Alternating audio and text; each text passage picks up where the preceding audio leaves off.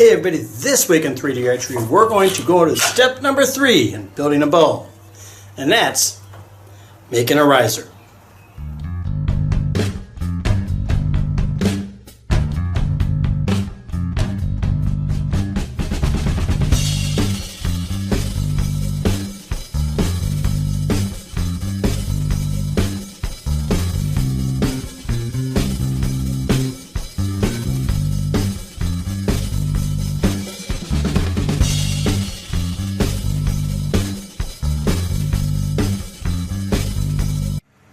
Hey everybody, and welcome to 3D Archery. Alright, we're on to step 3 of building a bow. The first step is to build a heat box. The second step, which was to build a press, and now they got that ready, it's time to build a riser. Alright, we're going to break down all the steps and show you a riser is pretty straightforward.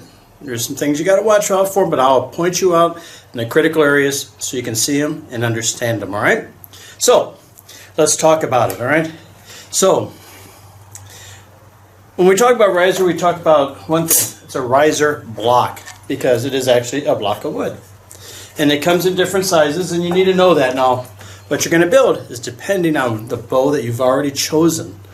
All right? And that's going to be another video. I know it doesn't seem like I'm going in order, but that's right. So, when you're doing it, you got to make these decisions. And the decisions are like, what riser material are you going to use? Is it going to be one piece of wood? Are you going to make it with wooden accents, like a strip of phenolic through it, or a different type of wood, or a combination of the two, or multiple layers of wood? You got to decide that even before you begin your build. And then for the riser design, you got to think about how you're going to make the shelf.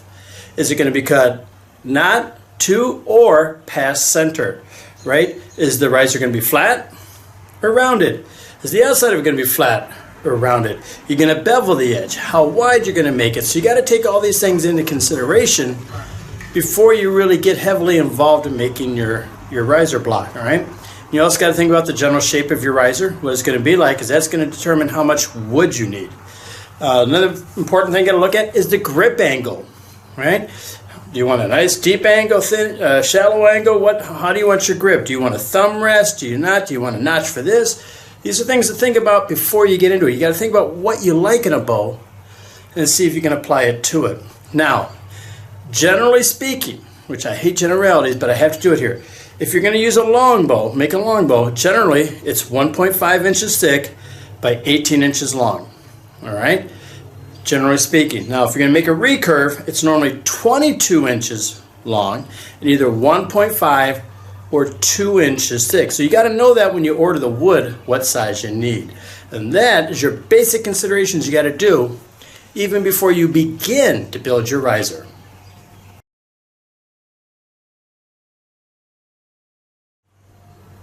All right, everybody, step 1. Now, actually, step 1 has 2 versions. The basic version is if you're going to make one out of a single piece of wood, nothing done to it, right? We're just going to use this piece of wood. No laminations, no anything special. And this is real easy, right? Step 1, tools required. You're going to need a pencil or a marker and a square. When I talk square, I mean one of these squares. Why?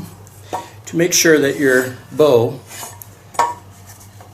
is square.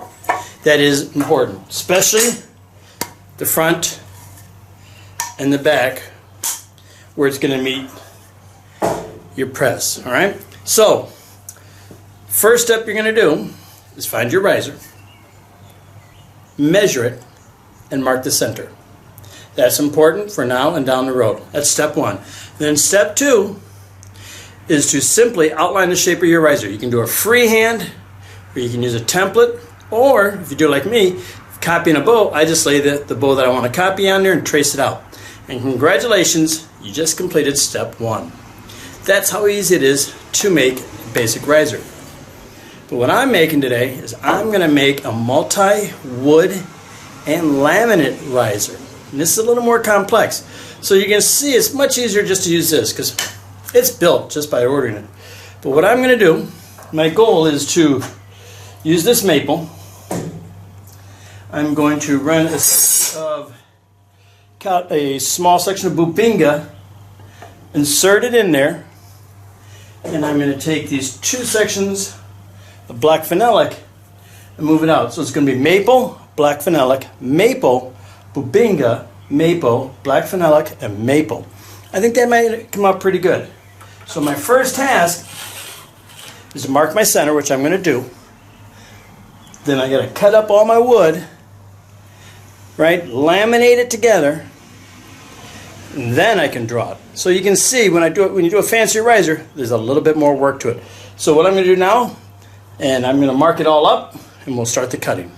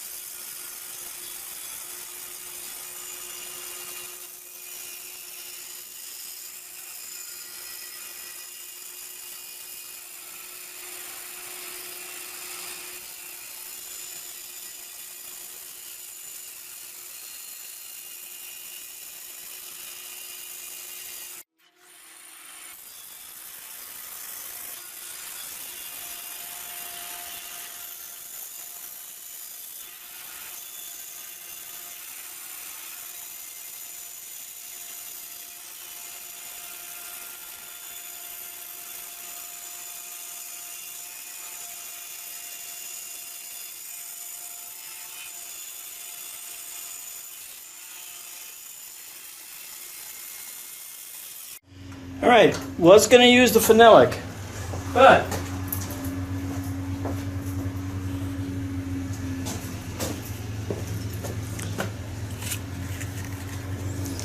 my original intention was to use black phenolic here, but I found out, unfortunately, that I didn't pay attention when I ordered, and my phenolic strips are too short. They're 2 inches when they should be, they're probably 2.5 or something when they should be 2 3/4. But that's okay. You know what? And when I was looking, I'm thinking, and I looked at the bow that I'm trying to copy, so it's like my paying homage to it. Now, he had these going vertical this way, and then he did laminations in the bottom half going this way. So that's pretty damn impressive. So they did the block like this, and 2 sections like that. So that's multi-lamination. So people that pick on Ben Pearson bows, man, they don't know what they're talking about, because I ain't seen nobody do that. That takes skill from 1958 to last that long, right? That's pretty cool. All right, done up. My block is made. Now it is a lot bigger, but I learned my lessons the hard way. As you can see, it's a lot bigger, but what I'm going to do is I'm going to laminate it, and it gives me extra room in case I mess up. I screw up here or there, I got some extra room, so always add in a little extra if you can. All right, I'm going to take down, rough it up, heat up the epoxy, wrap it up, laminate it, and then I got me a riser block to build.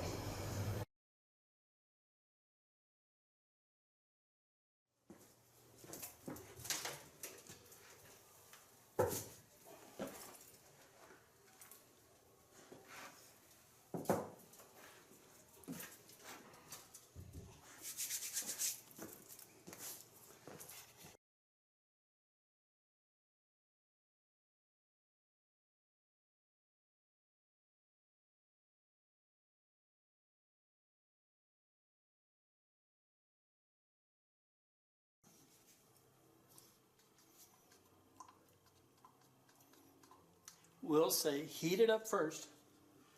Makes it much easier to work with.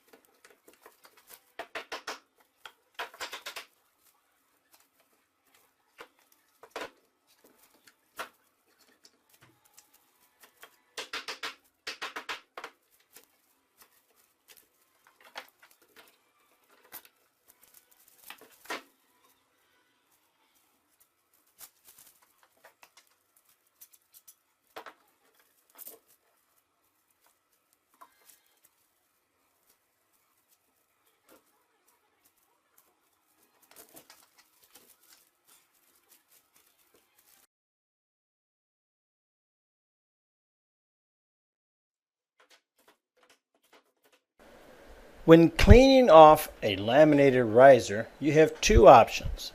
The first one's the easiest but the messiest, and all that is to simply sand off all the excess junk on the sides. The other one's a little more complicated, but it makes less of a mess. And what that is all you do is simply add a little extra material on the sides, so when you laminate it and all the excess epoxy flows off the side, you simply put it on a table and cut it off. So those are your two options, and it's up to you which one you'd like to do.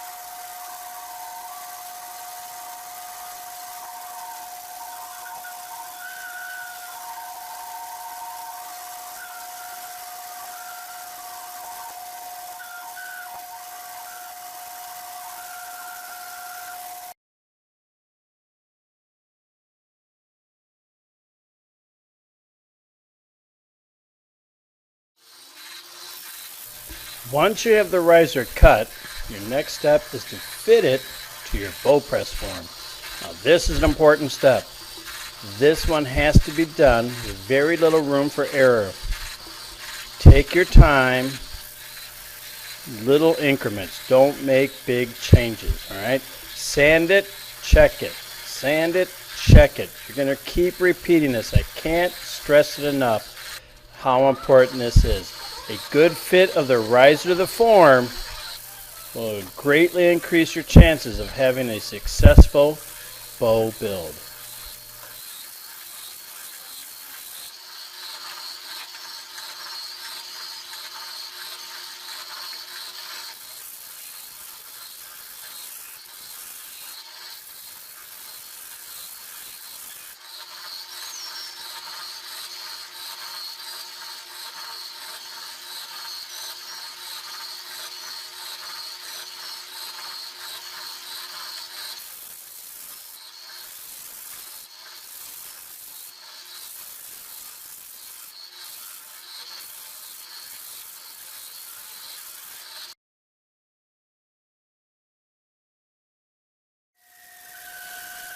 Now that we got the riser so it's fitting the bottom half of the form perfectly, it's time to cut the belly.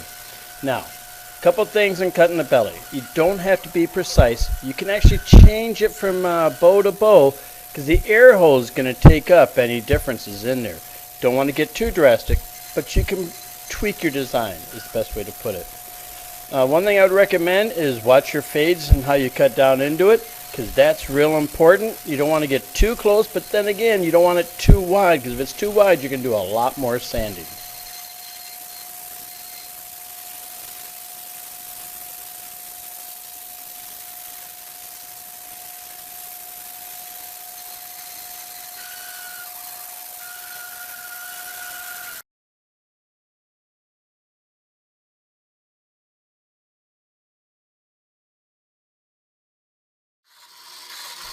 Shaping the fades. This can easily be argued is the most critical and important step.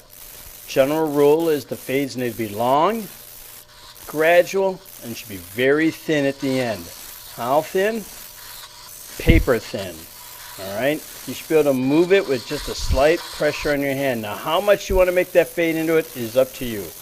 But it is a critical one, and it's better to be safe than sorry by making it extra thin and extra long. Remember, fades are long, gradual, and thin.